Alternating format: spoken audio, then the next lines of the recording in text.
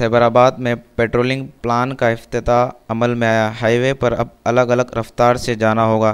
इस प्लान के तहत कुछ हद तक हादसात में कमी होगी।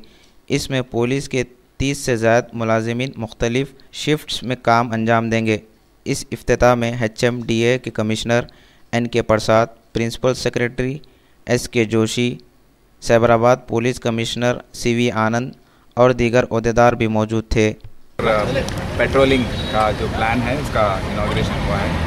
तो करीब 6-7 साल से इस पर डिस्कशन चल रहा है। ORR बनने के बाद यहाँ पर हाई स्पीड पर व्हीकल जा रहे हैं और इंटरनेशनल स्टैंडर्ड का एक्सप्रेसवे जो बना है हैदराबाद के आजू बाजू, उस पर व्हीकल्स जा रहे हैं और एक्सीडेंट्स भी हो रहे हैं, बट किसी तरीके की इन्फोर्समेंट और पुलिसिंग नहीं है इस पर।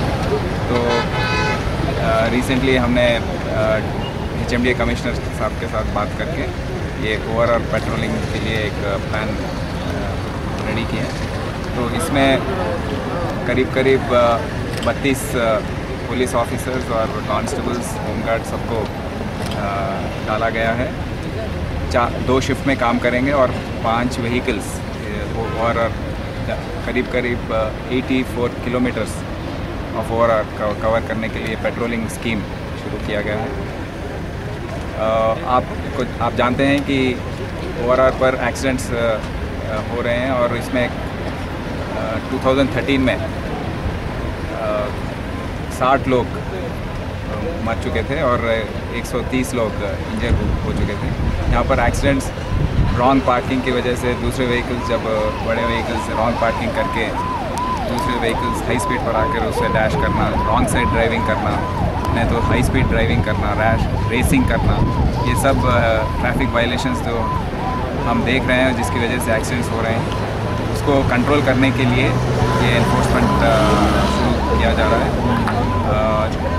नोटिफिकेशन भी जारी किए हैं जिसमें स्पीड लिमिट्स, लेन नंबर 1 और 2 हाई स्पीड लिमिट होगा, जिसमें 120 to 80 किलोमीटर स्पीड पर जो व्हीकल्स जा रहे हैं वही जा सकते हैं।